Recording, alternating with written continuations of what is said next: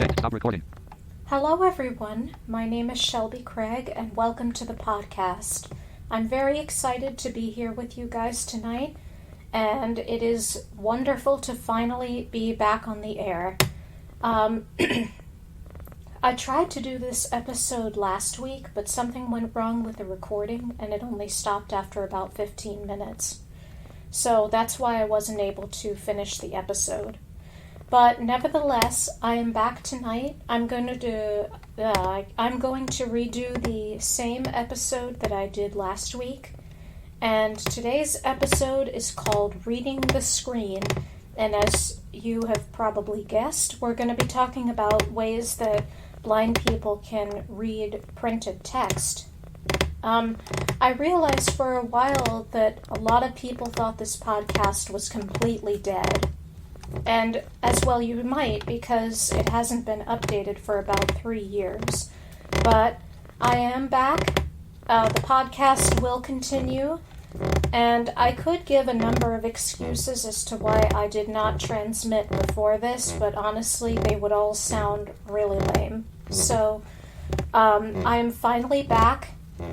I've got some more ideas of things that I can talk about on the podcast now, and we have a lot more material to work with.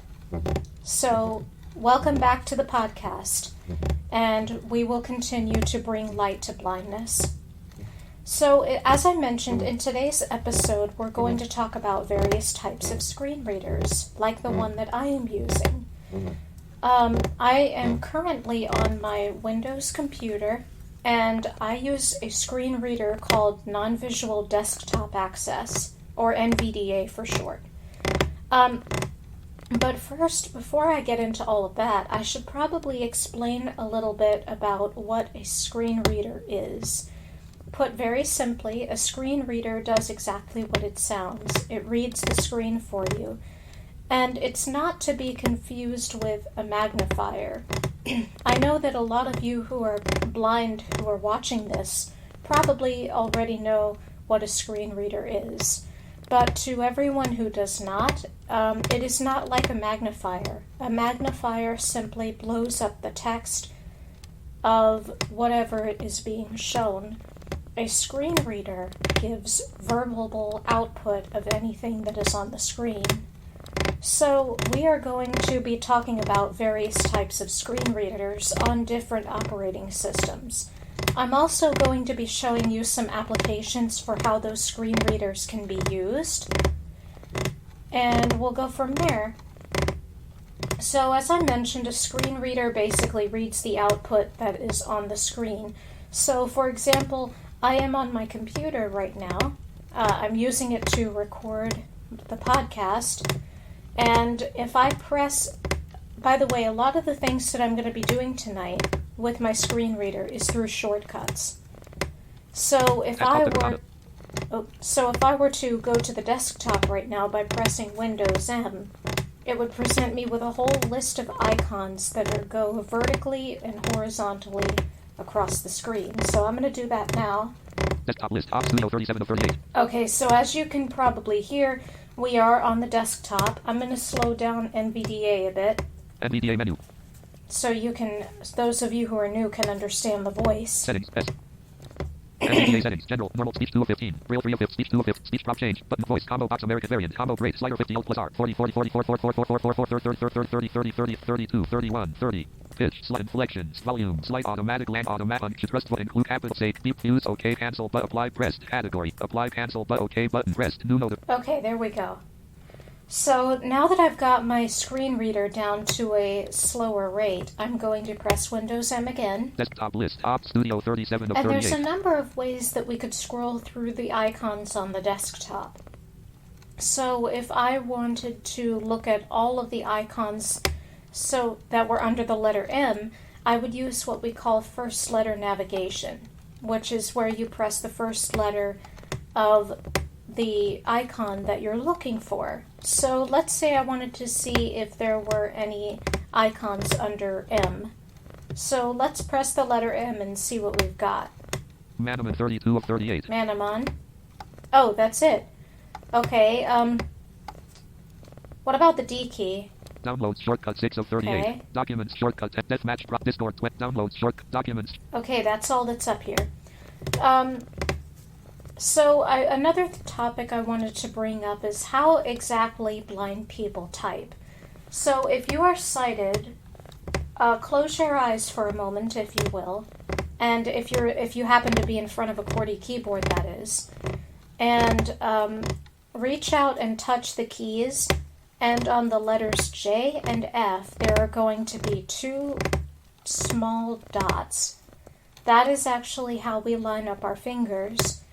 And after years and years of practicing, we don't even need to figure out where the letters are once we find those two nibs on the F and J keys. The rest of our fingers can kind of line up on that home row and fall in next to the two, your pointer fingers, which is what you would use to touch those two little nibs on the J and F keys. And that is how blind people type. It is very efficient to do it in that way. And I can't speak for a sighted person because I've never been able to see before. But it seems like it would be so much more efficient than just looking, because you wouldn't have to lean over and look down at your keyboard and find out, which letter is where. So it's a very, very efficient way of typing, and from the home row, once you find it, you have access to everything. So continuing into our screen reader course today, let me go ahead and open up a blank document. Start window, search window, search And I'm going to blank. use Notepad because I don't have Microsoft Word on here as of right now. Notepad app. Untitled Notepad. Text editor edit multi-line blank. Okay, so I'm going to type something random. M. That's me backspacing. Also, I could set it to where I can type. It will tell me exactly what I'm typing. But I typically don't have that on just because I'm pretty comfortable with being able to type without knowing which letter I'm pressing. So I'm just going to type something random.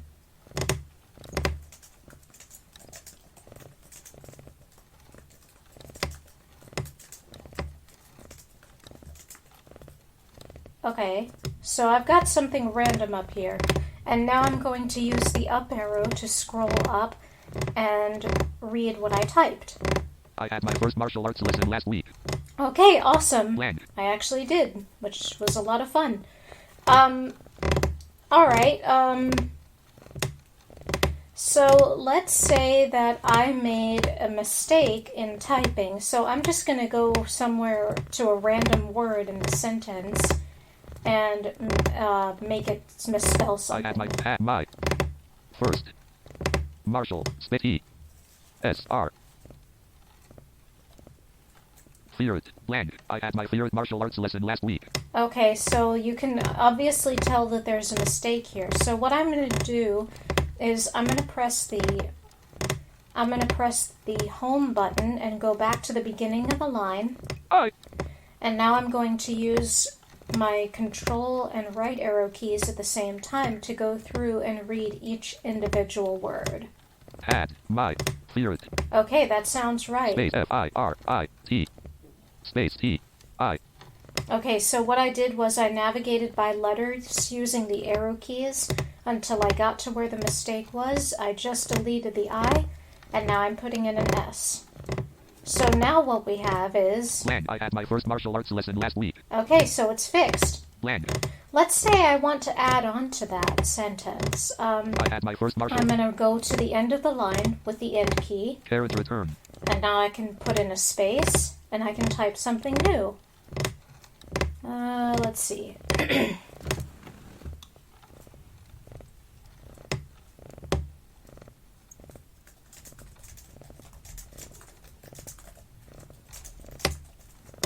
Okay, so I just typed something else. So let's see what we have now. Blank. I had my first martial arts lesson last week. I am going to New York this summer. Okay, awesome. So Blank. that is what I added. Let's say we wanted to delete the first sentence that I did. So the way we would do that is, I'm on a blank line right now, so I'm going to scroll up to the first line. I had my first martial arts Hit the lesson last home week. I button. am going to. And there's a couple of ways you can do this. You can either select it word by word with Control-Shift-Right arrow, or you could select it by selecting the entire sentence. But since I don't use NVDA much in editing things, I forgot what it is. I'm sure it's the same thing as JAWS, which is another screen reader. JAWS stands for Job Access with Speech, by the way. So that and NVDA are very similar, except they're used for different things. And there's thunder outside. Okay, so I'm going to delete this sentence. I had my first arts lesson last week. Selected. Selection. Okay, cool. So that deleted that. I basically selected the entire sentence word for word and then hit the delete key. Also, if you want to move things around, you can. You can select it as you've seen me do it, or in order to select a line, you would do Shift down arrow. And once what you had to move was selected, you could either cut it with Control X, copy it with Control C, or if you have something that you want to insert somewhere and you already have it on your clipboard, you can press Control V and it will paste it. So that's basically how the keyboard commands work with a lot of screen readers. And it can vary slightly depending on which operating system you're using. Actually, with some operating systems, you don't even need keyboard shortcuts. So you would have to figure out alternative methods for editing documents that way. Notepad dialog. Don't save button. Alt plus Okay, N. yeah, I don't want to save it. Red. New notif. Okay, so let's talk about the various types of screen readers. The first ones that I mentioned, JAWS and NVDA, are commonly used on the computer, the Windows to be exact. But there are other systems as well that use different screen readers. The screen reader for the Mac, for example, if you're an Apple user, the screen reader for the Mac is VoiceOver. Same for all Apple products. Their version of screen reader is called VoiceOver. Actually, a lot of people didn't know this, but if you use an Android or an iPhone, you actually have a screen reader in your pocket. You just have to figure out a way to access it. And it's buried within your iPhone's accessibility settings, or your Android as the case may be. For iPhone and other Apple products, it's going to be VoiceOver. But for the... actually, you might or might not have heard my phone just go off, and it announced the time because a notification came through. But a lot of times the iPhone and the Android are going to have screen readers if they're not older versions. For Android, the screen reader is called TalkBack, and it uses a lot of the same gestures that the iPhone and iDevices use. So that's a good thing. How the screen readers sort of have the same gestures, although they may vary slightly according to the operating system. And that's just the tip of the iceberg. There are dozens of screen readers all across a variety of different operating systems. There's even standalone devices that use text-to-speech, which is basically what a screen reader is. So lots of good screen readers out there. The one that you are wanting to get is greatly dependent on which task you're trying to accomplish. So there are a lot of choices out there. All right, so now I want to get into another practical application that you can use for screen readers. Let's go to Google, and I can show you a little bit about how the web pages work, because they vary slightly according to the keyboard shortcuts very slightly. And they don't work like regular shortcuts in apps that are used for editing. So let's go ahead and go there. Desktop list. Documents. Google Chat 18 of the Grizzly Gulp. Google Chrome 38 of. Okay, News app. cool. Google Chrome. Toolbar. Addresses. And I'm going to look up something random. I'm going to look up...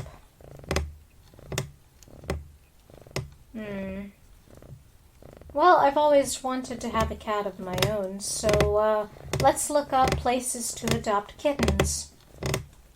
Don't worry, Mom and Dad, if you're watching this, I promise I won't bring home a cat. Mostly because if I do bring home a cat, it's because they followed me. O and space select. T space select. True story. Select. Google.com/search. Okay. Skip to main. Search mode. Ads. Adopt cats. Charleston Animal Society. Heading level 3 link. Okay, so what I'm basically doing is I'm scrolling through headings with the H key. You can press H to go to the next heading, and you can go, you can press Shift plus H to move to the previous one. So let's say I scroll down and I accidentally pass by the link that I want. Cat Victory Rescue Rehomemade Adopt a Mainland Local Result Kit Cats Heading Level for PetSmart Head Charleston Animal Society. Okay, let's say I wanted to look at Kit Kats. PetSmart Kit Cats Heading Level 3 I link. used Shift H to get back up to the right link. And obviously this would be a lot different if you were using a device that used touch gestures. So let's see what Kit Kats is all about. I've actually never heard of it. Places to adopt a cat near me. Google search. Search landmark heading level. Google grab mainland PetSmart White is ad. Heading level 3 Kit Kats heading level 3 link. Link graphic rated 5 link 1113 Market Center BLVD Unit D.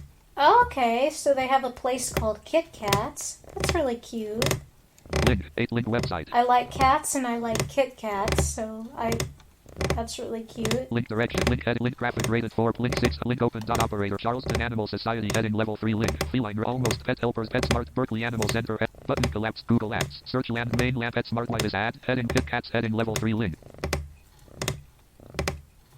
Link direct. Link heading level. Link graphic rated 5. Link web. Link directions. Link website. Alright, let's check out their website. Document busy blank. Home for Alcathelpers. Top of page. So, by the way, you can also use F to get to form fields, which are things like edit boxes, check boxes, buttons, that sort of thing. As I mentioned, a lot of the letters on the keyboard do something completely different when you're in a website versus if you are actually typing in a blank document or trying to navigate something. The H key is commonly used in headings. U and Shift U are the keys that you would press to go to either next or previous unvisited links, respectively. V is for visited links, and there's a whole passel of other keyboard shortcuts out there. Those are just a few. So let's see what we've got on this website. Banner landmark. Feral Cat Helpers heading level 1. Oh, feral cat helpers. Heading level 1 MT. Pleasant SC. Heading level 1 the nonprofit 501. C3 organization. Aw, that's nice. They're non-profit. Site navigation. Link reviews. Visited link home. Okay, so we've got home. Link reviews. Yeah. Link news. Link donate. Okay. Link volunteer. So these are all the navigational links. Link forms. Out of list main landmark. Link donate. Heading level 3 save a cat. Heading level 2 donate now. Slideshow gallery regions button pre menu but toggle button out of region on heading level 5. Up we are a non-profit cat rescue organization located in Mount Pleasant, SC, founded in August 2015. Our program TAVR, trap, alter, vaccinate, return/rehome is set up for the feral and stray cats in our community, enabling them to be Charleston County protected free roaming cats. Aww. In addition to our TAVR program, we provide daily feedings to our various cat colonies and outdoor shelters to keep the cats out of the elements in the MT Pleasant area. Managing these cat colonies gives our community cats healthier and longer lives. Currently, FCH cares for 50+ colony cats on a... Wow, I didn't even know this place existed. I learned something as well as you guys today. daily basis. Additionally, we provide cat food to many low-income senior cat owners regularly. Oh, that's awesome. We've trapped, altered, vaccinated, and returned over 500 cats to date. Our ultimate goal is to open a cat sanctuary so that the community feral and abandoned cats could have a safe place to live and be cared for. In order to make this possible, FCH would need a donation of land/use of land in the East Cooper area. FCH is dedicated to the care and well-being of the stray and feral cats in MT Pleasant, SC. Click. Okay, So that's a little bit about how to navigate a website. Also, it's worth mentioning here that some websites are more accessible than others. And while screen readers have come a long way in the past, there are instances where screen readers will not read everything, absolutely everything. For example, if you were to have an image on a page that had text embedded in it, the screen reader would not be able to detect that that text is actually in the image. You could use Windows Optical Character Recognition, or OCR, but a lot of times it doesn't work. So reading PDFs can be very tricky unless you have a tool to do it. And it's just, it's very complex as to what screen readers can and can't read. And while improvements are being made all the time, I do think that it is very good for web developers to know exactly how to incorporate accessibility needs. Another cool thing about some websites is that there is a button on the page where if you click on it, it will actually read the text of the web page to you, which can be very helpful for not just those who are low vision, but also those who have trouble reading or have difficulty distinguishing the text from the images or what have you. So it's a really good feature to have on a website that has a lot of information on it, like an encyclopedia or something like that. So lots of good stuff out there for making web pages accessible. It's very important, I think, for developers to have the resources and the willingness to incorporate accessibility into their websites, simply because everybody in the community wants access to it, but there are some who can't access it without certain things there to make it easier to read. So very, very interesting stuff. On the tabs above to find out. Okay, enough about cats. New I notification. love cats, though. So one of the other things that I want to show you is how you can use NVDA in some of the local apps that I have. I also want to talk a little bit about optical character recognition before we get into that. As I've mentioned, OCR, or optical character recognition, can be used to identify text that wouldn't have been able to be read otherwise. So if I am in a window where there is something coming up and there's no text, I could press Insert plus R. Insert is the NVDA key that is set by default on my computer. And if you press the Insert and the R key, or the whichever the NVDA key is that you have by default, you can read the text that wouldn't have read otherwise. A lot of times I use that in my Xbox app that I have on my computer, because sometimes when I'm streaming my Xbox to my computer and I can't read the menus, I have to use OCR to be able to read the menus. Of course, that's just one of the things that you can do with a screen reader. So let's go and check out Open Broadcasting Software. I know a lot of you have been wanting me to do this for a while, and I'm happy to oblige. So I'm going, and I have Open Broadcasting Software open right now because I'm using it to record. So let me go back into it and see if I can't show you guys around about how to use it. So let's Alt-Tab, which is how you switch between programs with NVDA. I'm going to Alt-Tab, Ops 26.1. and now I'm back in OBS. So when you first open OBS, Start secret audio. you're going to end up Scene transitions window. Transition combo box fade down. here at the scene transition box. And if you do the keyboard equivalent of a right click, which is Shift F10 by default on the Windows computer, it's going to bring up this menu. And this is where we come to accessibility for apps, because I press the keyboard command and it's not visible to the screen reader automatically, but a menu did pop up, even though it didn't announce it. So accessibility for apps can be even worse than accessibility for websites. Transition name dialog. Please enter the name of the transition. So Edit now selected I'm in a swipe. box. Transition name swipe. Swipe. Add swipe. Transition name dialog. Swipe. Add swipe. Duration spin. Transition audio mixer window. Mute mix slash. Group scene. Duration spin button. Transition combo box fade. Audio mixer window. Mute mix slash. Grouping. Scene transitions window. Transit audio mixer. So now I'm on a scenes box, and I got there by shift tabbing to it. That's actually more accurate as to where you land when you open OBS. Wait, am I? Scenes window list computer screen. Yes, okay. So as of right now, I've got 2 scenes in this list. I have my computer screen, which is what you just heard, Xbox screen. and I have my Xbox screen. But you can add another by hitting Shift F10 like I did on the last one. And it didn't announce it again, but a menu popped up. And in this menu we have Op 64 grid mode. Add. Add. Duplicate. Okay, Copy filters. yeah. Paste filters unavailable. Okay, when it says that it's unavailable, it means that it's grayed out, and you can't activate that item, because there are no filters. Rename. Remove. Okay. Order collapsed Alt plus O. Order, that's, when it says that it's collapsed, it means that it's a submenu. Full screen projector. Scene collapsed. Okay, that lets you choose whether you want full screen or just a window. Windowed projector. Scene.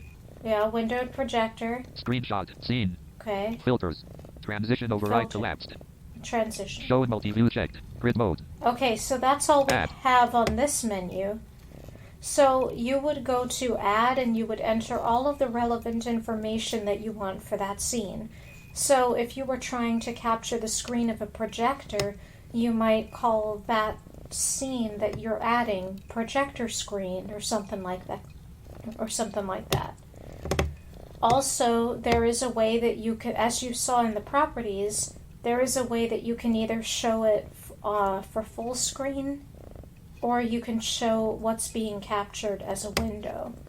Either way will be fine, but honestly, I have issues with both of them. Just because since I can't see, I can never tell what's being arranged or what's being shown on the screen.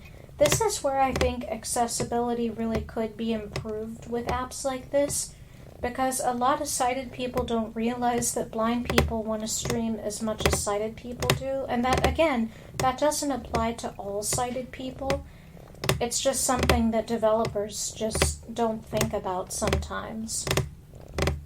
So, I really do think that accessibility could stand to be improved with apps like this. For example, when you pull up a window to show something off and you just want it in a window, it should probably ask you where you want to show the window and then give you a list of available options as checkboxes like up right corner, center, bottom left, that sort of thing. So there definitely is work to be done. I'm also going to show off a few more things in Open Broadcasting Studio to help you guys get started if you ever decide to stream. Ops 26.1.1, 64-bit Windows profile, untitled scenes, untitled window, sources window, list, Okay, game the capture, do not sources are selected. like, the sources are basically like the window of whatever it is you're showing. Audio mixer window, grouping, Okay, that's my audio mixer. That's where all the info about all of the audio devices would pop up. scene transitions window, transition Scene combo box fade, transition, that has to do with visual effects. I never use that. duration spin button 2, Okay, duration, of the transition. I don't care about that. Controls window. Start streaming checkbox not checked. Okay, that's the button that you're interested in. Start streaming. The next button also. Stop recording checkbox checked. Stop recording. There is a setting in the app where it will let you record while you stream, which I find to be very helpful, especially because when I first started out, I was having a ton of audio issues. I struggle more with visuals now, but audio issues were definitely a thing when I first started out, as can be testified by some of my YouTube videos where my voice was completely cut out. So, good times. I do want to show off the settings a bit. Oh. Ops 20. Sources window. Audio mixer with scene duration control. Start virtual studio mode settings button. Studio mode is more like it sort of changes the visual display. You can add a bunch of fun stuff to it. I don't really use it. I just don't. And my screen reader started going bonkers. Okay. Cancel button. Okay, so we have this list here. It doesn't say we're in a list, but we are. So it starts out general. List stream. Stream. Output. Output. Audio. Okay. Video. Yeah. Hotkeys. Advanced. Okay, so those are all of the available categories. So let's say that I wanted to go to streaming, since you would need this if you're going to start streaming. Hotkey, video, audio, output, stream, combo box, restreams audio down.